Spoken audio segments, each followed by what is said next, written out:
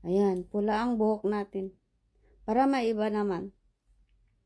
Bakit ba pinag-aawayan nyo yung iPhone 18, iPhone 17, 16, ganyan.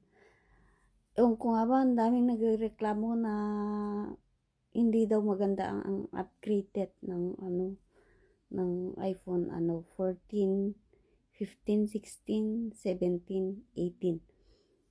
Samantalang yung iPhone 13 naman okay naman siya.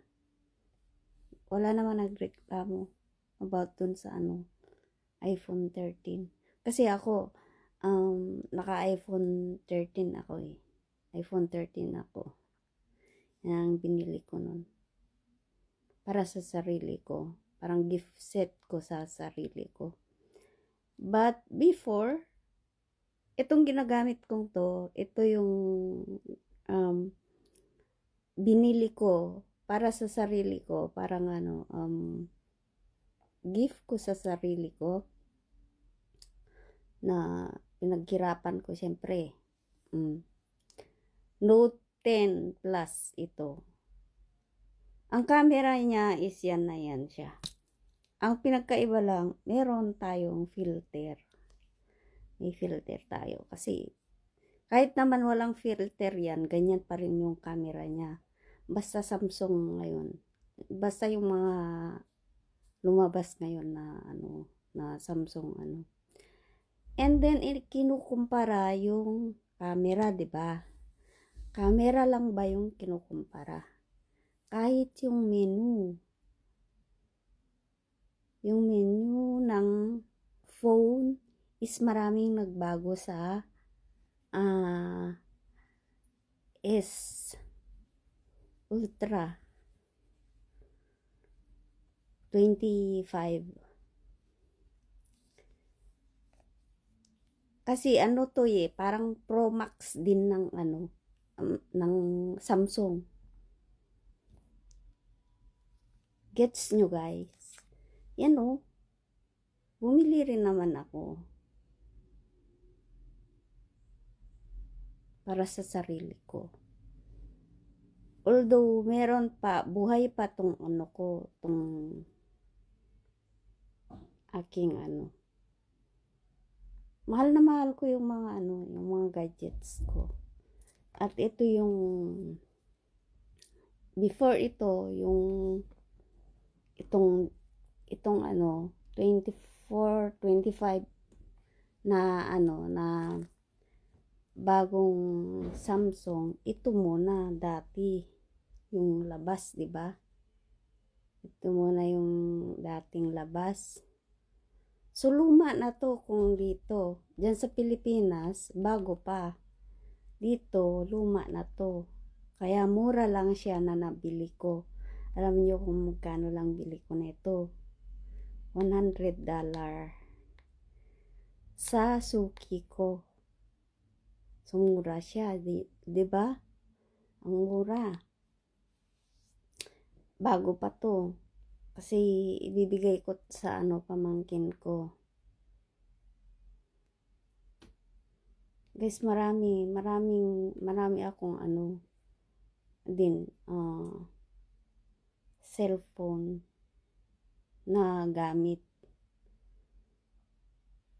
Gemina. Minaya.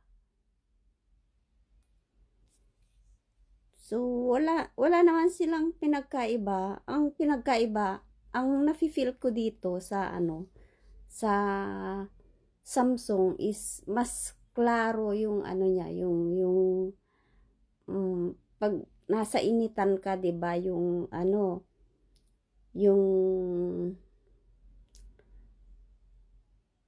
iPhone is parang parang yung sinag ng araw sa kanya. Si Samsung hindi.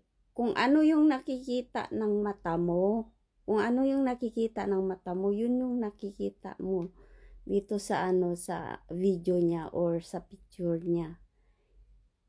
Hindi siya nag-iiba. Parang kung ano yung nakikita ng buong mata mo, yun din yung ano mo. Tapos, pwede mo siyang iklaro yung ano niya, kung gusto mong paputiin pa, yung pinaka colors niya, pwede mong i-adjust. Tapos, pwede mong ilagay sa normal din. Yun yung pinakamaganda dito. Pero, mas gusto ko yung normal niya. Kasi, parang yung nakikita lang ng mata ko, parang yun din yung yung kinukuhaan niya. Yun yung kinaganda dito. Di katulad sa iPhone na kapag gabi, sabi nila yung Samsung kapag gabi is ganito, ganyan, ganyan, ganon. Hindi totoo yun. Hindi totoo yun.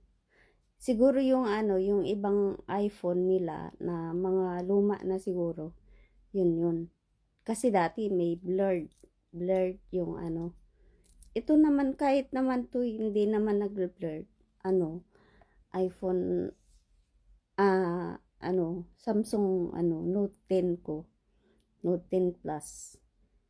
Hindi naman siya nag-blurred pagka gabi ganyan. Kung ano yung nakikita rin ng mata ko, yun rin yung maganda. Maganda din yung setting niya. Pero ito parang maraming nagbago. Hindi parang talagang maraming nagbago dito. Saka madali niyang i-accept kung ano yung ipapaano mo sa kanya. Yung ipapabasa mo sa kanya. Halimbawa, may estudyante kang anak. Ito pinakamagandang iregalo sa kanila. Kasi ito is may pen siya. May pen siya. Ganyan. So, yun yung kinaganda. At saka, parang iPhone siya. iPhone yung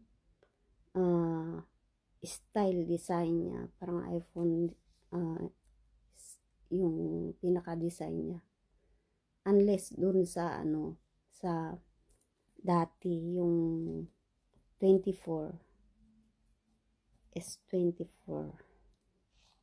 Meron ako dito yung sa kay engineer. Meron dito kasi naiwan niya yung cellphone niya. Saglit lang. Actually, ito yung yung pinakaiba nila. Guys, alisin ko yung niya, yung pinaka niya. Pinaka ayan ang niya, pinakaiba. Ito pa siya, pa circle na ganyan. Maganda siya. Pero ito nag-upgrade ng 25 din. Yung menu na.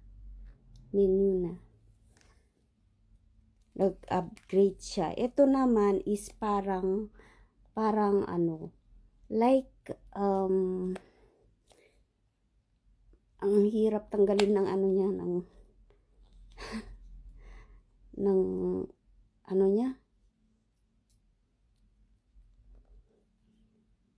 Teka lang. As you can see, walang pinagkaiba. Walang pinagkaiba, ha? Parehas yan siya. Pero mas maganda ang design nito. Ito parang iPhone siya. iPhone design. Yun yung niya. Yung parehas sa iPhone kasi Pro Max to ng ng Samsung.